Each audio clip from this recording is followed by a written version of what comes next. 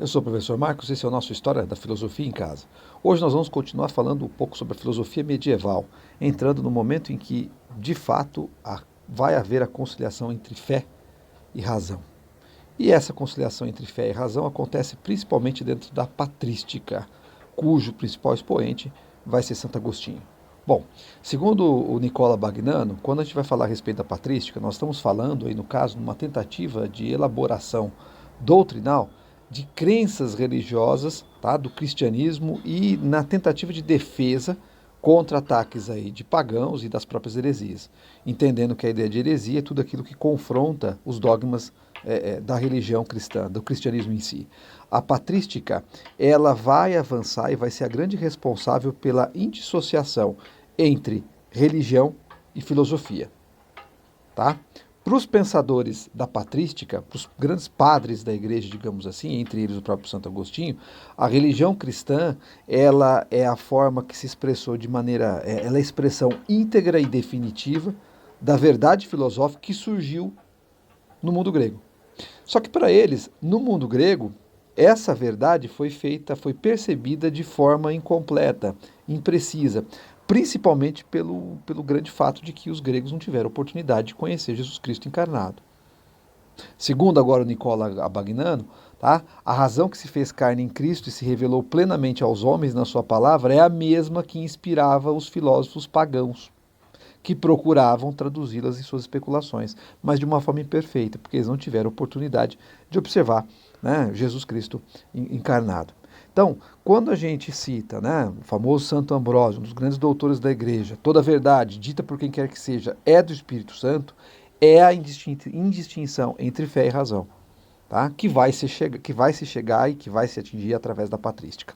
Pois bem, o grande nome da patrística é Agostinho de Hipona, ou Santo Agostinho, que viveu aí de 354 até 430 a.C., no norte da África.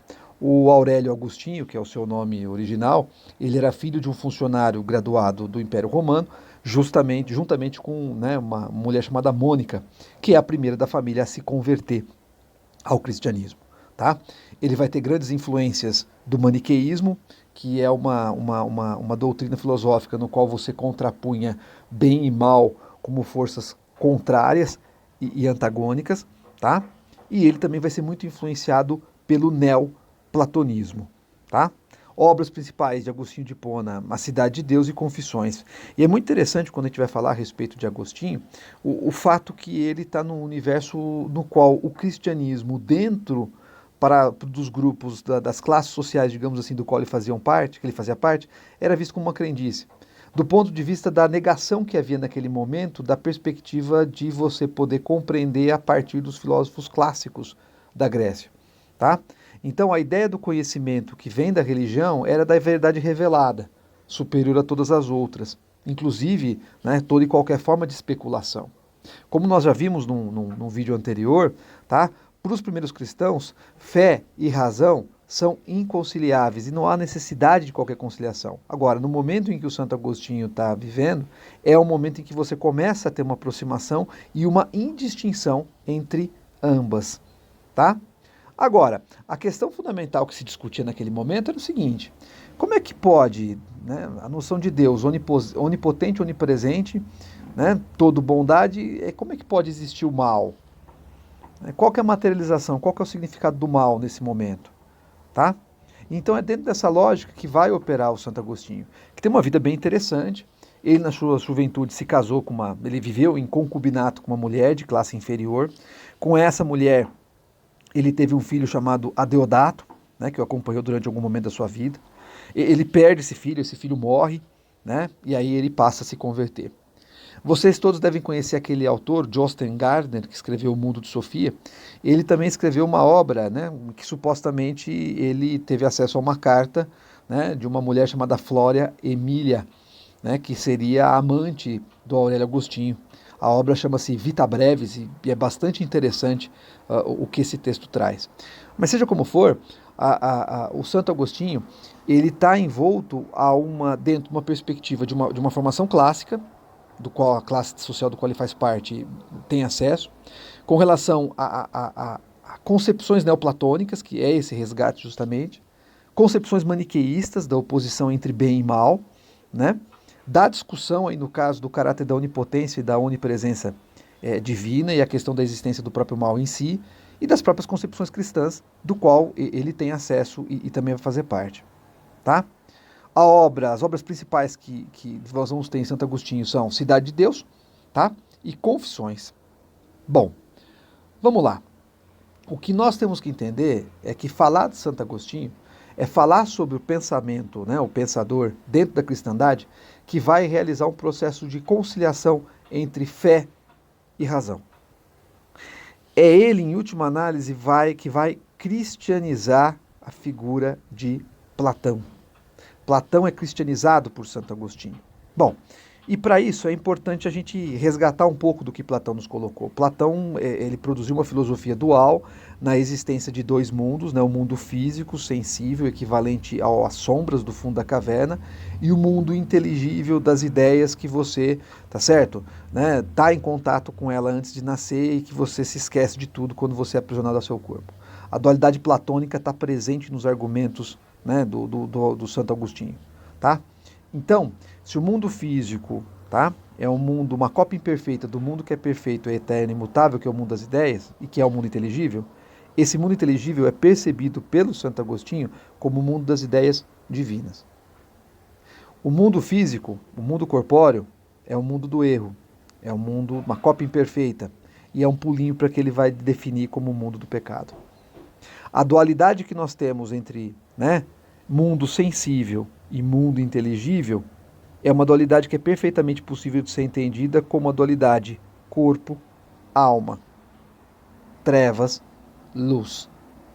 E respondendo, né, aos questionadores daquela época, tá, ele vai criar um dos conceitos que são centrais na perspectiva cristã, que é a noção do livre-arbítrio. O mal em si não existe, o que existe é a ausência do bem. As trevas em si não existem, o que existe é a ausência da luz. Deus deu ao homem o livre-arbítrio, que é a capacidade de escolher caminhar em direção à luz ou dela se afastar. Quando o homem escolhe caminhar em direção à luz, ele transforma o corpo, que é inferior, em servo da alma. E pela iluminação divina, pela graça divina, ele se salva. Porém, quando o homem escolhe se afastar da luz, ele automaticamente vai para as trevas. E ele inverte. Ele transforma a alma em serva do corpo. E aí ele peca. Notem que a dualidade presente em Platão, ela é perfeitamente assimilada dentro das concepções cristãs.